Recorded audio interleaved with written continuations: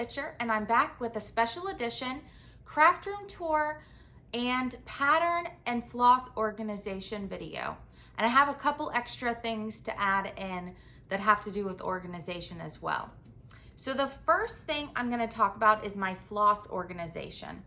And these are where I house all of my over-dyed flosses. So these are 3 drawer acrylic containers from Michaels, and within the within each drawer it has 3 sections, and I'll link the box below. And so I have them separated out. The most over-dyed I have is Classic Colorworks. So they have 2 sections, or 2 sets, of things where I have them separated by color. So I have whites, purples, and then I have, this drawer is neutrals, oranges, yellows, and then I have a green drawer, a blue drawer, and a red drawer. And then this top box has Weeks Dye Works on the top, all separated by color. I have Gentle Arts in the middle drawer, and I just started collecting Color and Cotton, and they're in the bottom drawer. So I easily can pull them out, see what I have, and I try to separate them by color also, so that if I'm looking for a specific tone of color, or like if I'm looking for a red, I know I go to the red drawer, and then I can look amongst those. I don't have a list of exactly the colors I have. That's probably my next step, to kind of keep a little bit more of an inventory of what the colors I have are, because I do have to search through, but since they're organized by color, it makes it a little bit easier. So that's how I have my over-dyes stored. And let me set these out of the way. And then for my DMC, these are all along the top of my bookshelf that sits behind me during my videos. And I have these in these plastic containers, and they're from Target, and I will put a link below of the exact container. And then within each of the square containers, they each have 3 of these smaller containers, which are you can use them in your makeup drawer, you can use them in your craft room, wherever. They're just plastic little containers. And I have them numbered 1 through 20. And the numbers correspond to the columns in the DMC color card. And the color card that I have is the one that has the thread on it, and I'll link this below as well.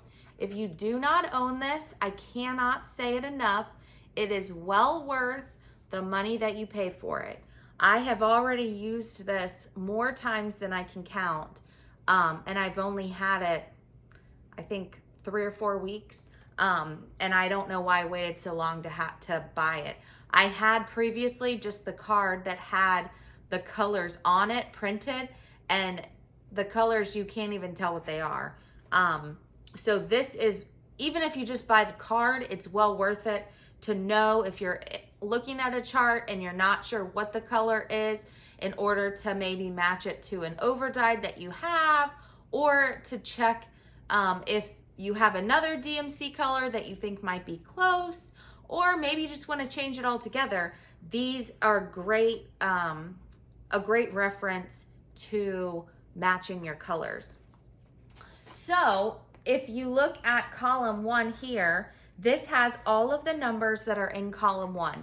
So all of these threads are in my container labeled 1.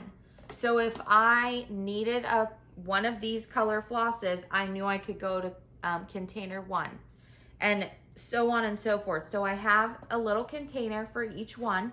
I'm slowly collecting. I did organize all of the floss that I had in the containers behind me into these last night, and I am very surprised at how full they are now. But as you can see, it has all of the colors on here. And then this is also interesting and it's very helpful. In the very back, it has all the numbers in numerical order. So when you're trying to sort, or if you had a chart that maybe said 3560, and you're like, what number is, or sorry, what color is 3560? It doesn't tell me. You can go here and find, which I don't even know if that's a color. Let's see. It's not, because they skip over 35 and go to 36.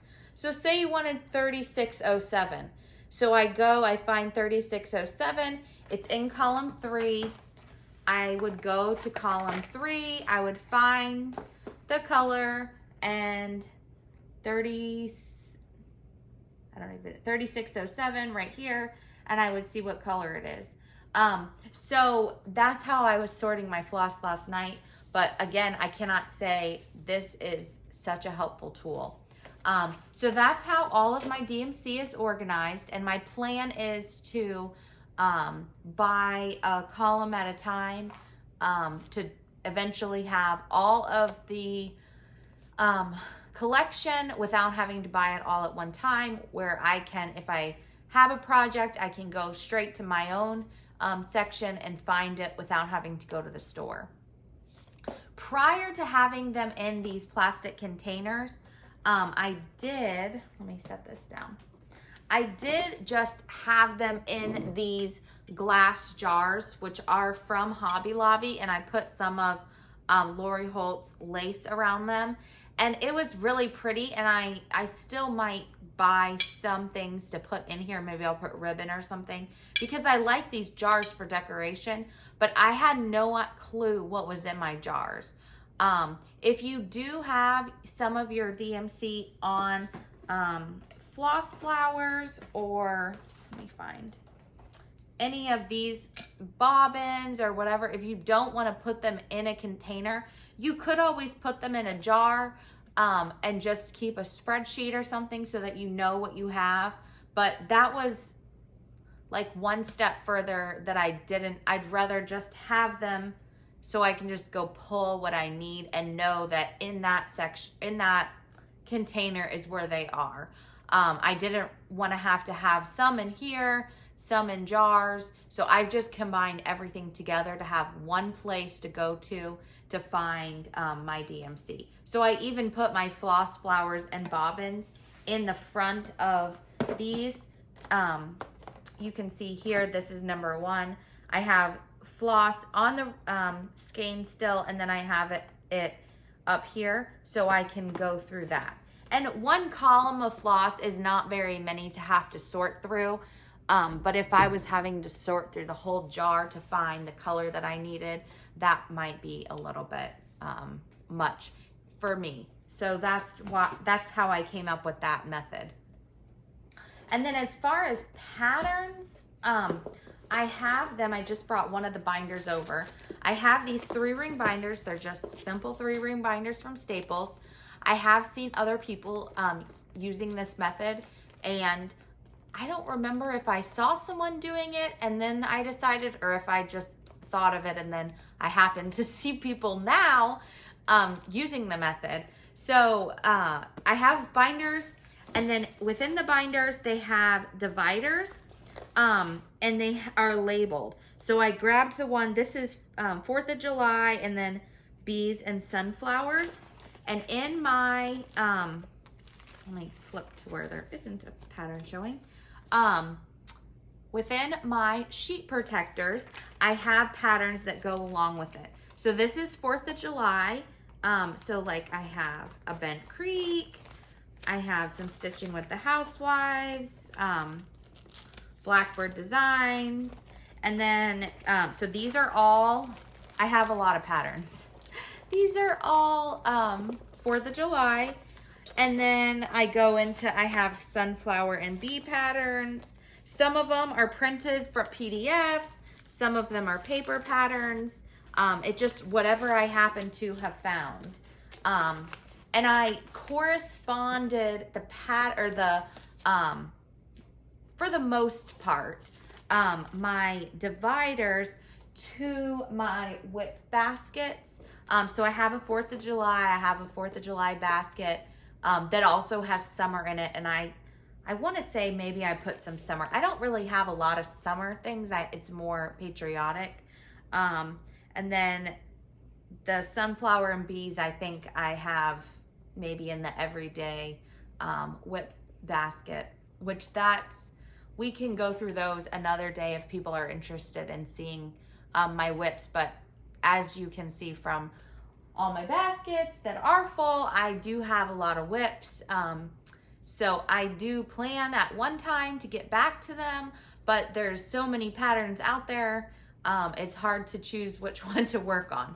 So sometimes I start things and I don't get back to them. Some I plan to get back to, and some I might eventually go through and either rehome them or something. I'm not really quite sure. But a couple other things as far as organization I wanted to bring over was, I know I talked about before my Needleworks Enthusiast planner, which is where I am writing down all of what I have actually been stitching. So this was my March month. I did decorate it a little bit, and then I have each day what I actually stitched. And then I am trying to write down, I did write my goals down, which I need to refer back to those and see how it's going. And then kind of what I've started on. I have been trying to remember to get back to this because I do want to use this for my own reference, but then it's also helpful when I go to do my floss tube, so that I know what whips to pull, because I have a hard time remembering what I had worked on. And then one more pattern place is I like to use GoodNotes. I was using iBooks on my iPad and my phone, and then I was introduced to GoodNotes, and so I have all my patterns on here now, and it's wonderful. I also, or anything that's a PDF, and it's really easy to use. It's easy to print from as well. So I have those on my iPad, and I've been enjoying using the iPad as well to stitch from. And then I had just brought over a couple project bags to show you for as far as organization. This was, I found, it says quilters. I have another one of these. It says something about stitching. This is just a simple bag, $3.99 from Hobby Lobby. It's cute, and you can stick a project in here. So I thought I would share that. I found that the other day. And then this is one of my cases from Christine Sherman. If you're able to purchase one of her cases during her sales, which I believe are on the 15th of the month, they are well worth it, very well made. So that has a project in it. This is another bag I found, so very happy. It was from Hobby Lobby again. This has my new stitch cards in it. Small, easy, compact, another easy. It's cute, and it was only a couple dollars, so just from Hobby Lobby. And then this is from, let me get the name right, Painted Leaf Company. This is a new bag, and it has the Teresa Kogut fabric on the back, but this is housing another project. And this is a mom and daughter who make these, and the mom's other daughter, Sarah, she has a floss tube named Stitchy Friends with her name is Sarah and her friend's name is Jen, and it's really great. So I would recommend watching that. And then this is her mom and sister make these bags, and they're on Etsy, and I'll link them below. And then this was a fun bag. I posted this earlier on my Instagram that I made, a case. The pattern is from Tiger Lily Designs, and you can find it on her website. She sells these made, but she also sells the pattern, and it is for personal use only. And so I made this myself today for myself, but I had bought the Tasha Noel Quilt Fair fabric, and I have been wanting to make something so bad in it, but I didn't know what to make. And I was watching Tiger Lily the other day, and she was showing this, and I was like, I need to make that with my fabric. So I quilted the front, and then I have over here a zipper, and then she has like some of Chris Sherman's bobbin pockets on this side, but then I changed it. This is a piece of batting to use kind of to put my floss on, and then I made a pocket so I could stick my chart in here. And then I have a needle minder, which I don't know if I brought that over here. I will link the shop that I bought this needle minder from. I believe it's called Beck's something or other, I forget. From Etsy. This is like one of the best needle minders I've ever bought. But this is housing my This Is the Day pattern in it. And again, we're doing a sal for that. So I wanted to bring that over. And then one more thing that I have this with my stitchy stuff downstairs. It's just a little container, Meori, and I believe I bought this at Fat Quarter Shop, and it just has all kinds of random stuff in it. Needles, readers, there's even some floss in here, a marker, a measuring tape. But I just keep this down there, and then if I need, I even have some floss tags. If I need something, I have this downstairs with me to be able to quickly grab without having to come back upstairs to the craft room. So this is just another little extra thing. I have some Hello from Liz Matthews stickers to decorate my planner with. So that is, let me look back here. I think that's all. I hope you enjoyed the organization video, and I am going to insert a video here of the tour of my craft room. I hope you have a great day. Bye. Hi everyone, this is a tour of my craft room. This is when you first walk in the door. You come to the printer and where I print my PDFs out. Over here, you have things that are kitted up and ready to work on to pull out. And then I have my Lori Holt stitch box. I have some project bags down here along with just random things. My classic color works and other over-dyed flosses. And then those are my DMC bins. This is my bookshelf from IKEA that has the wire baskets along with the polka dot baskets are all from Target, and the little tags that are on the baskets are gift tags from Michaels, and inside of the baskets are whips, and I have them all separated out, so when it comes time for the season or holiday, I know where to go if I am interested in pulling out an old whip. And then over here, I have just a display of some hoops, some other floss, an applique block from Lori Holt. That was part of her remix series that I made. My silk floss, and then my cups from Lori Holt, and of course some buttons. And then this piece right here is a wooden piece from Hobby Lobby.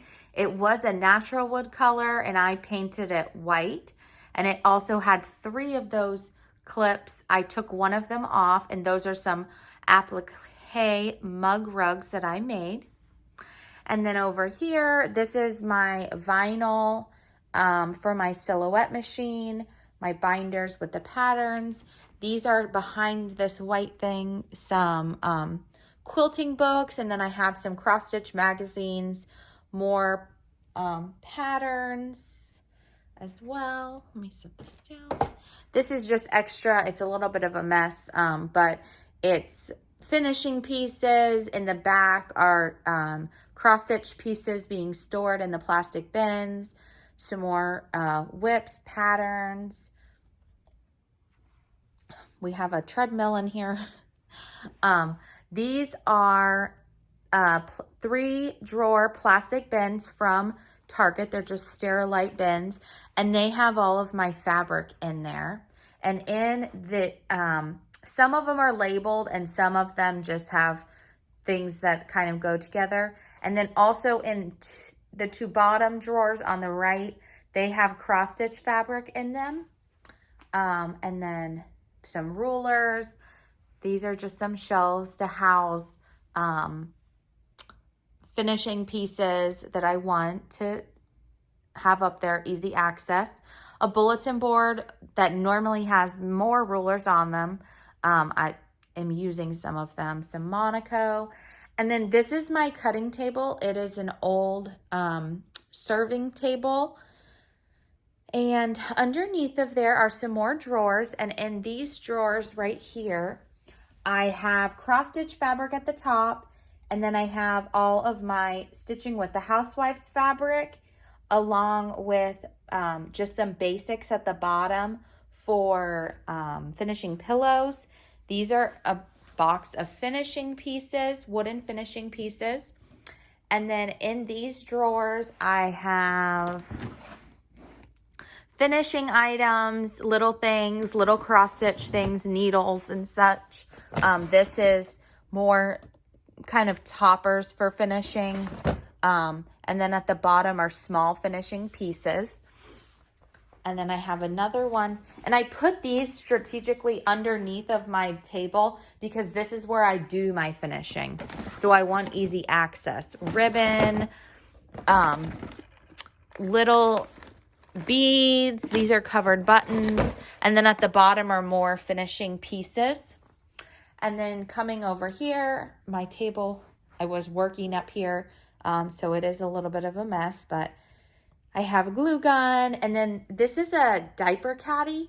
And I just have all kinds of finishing items in there that I might need. Scissors, glue, tape, all kinds of things. And then over here, this is also a ribbon holder, and you can hang these on the wall. This is from Joann's. And then below that, this is my finishing bucket, two finish bucket.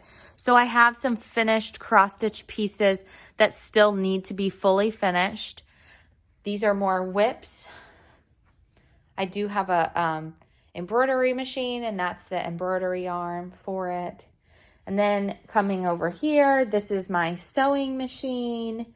And these are my quilting, how I still store my quilting whips.